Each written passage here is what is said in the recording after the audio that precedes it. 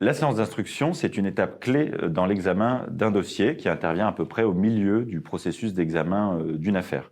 Lorsqu'un citoyen conteste une décision d'administration, le recours qu'il a formé va être affecté à un rapporteur, donc c'est les fonctions que j'occupe au sein du Conseil d'État, et ce rapporteur, il va être destinataire des mémoires, c'est-à-dire des arguments juridiques du citoyen qu'il entend développer contre la décision qu'il conteste. Et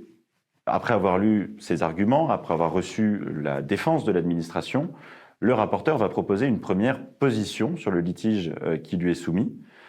Et ce dossier va ensuite être transmis à un membre plus expérimenté du Conseil d'État qui va conduire la même analyse. Lorsqu'on a ces deux positions, qui peuvent être concordantes mais qui peuvent aussi être divergentes,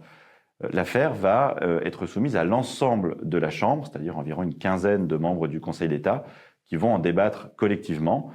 et c'est ce qu'on appelle la séance d'instruction. Donc toute la Chambre est assemblée, ce qui va permettre aux différents membres d'apporter leurs connaissances juridiques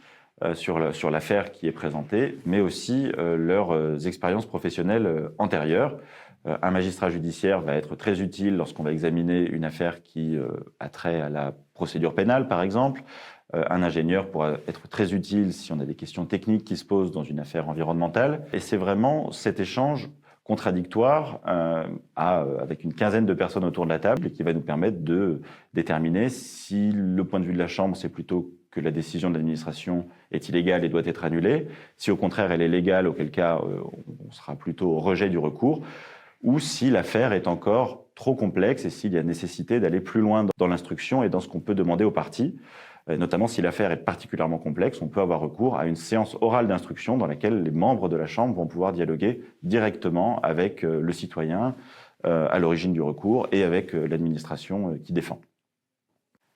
À l'issue de la séance d'instruction, la Chambre va adopter une position qui peut être celle du rapporteur, qui peut être celle du réviseur, mais qui généralement sera une troisième position qui aura été enrichie lors des échanges. À l'audience, les juges qui vont juger l'affaire se composent de magistrats qui ont déjà vu le dossier, donc notamment le rapporteur et le réviseur, mais également de nouveaux magistrats d'une autre chambre qui, eux, n'ont pas vu le dossier et qui vont apporter un regard neuf sur le litige.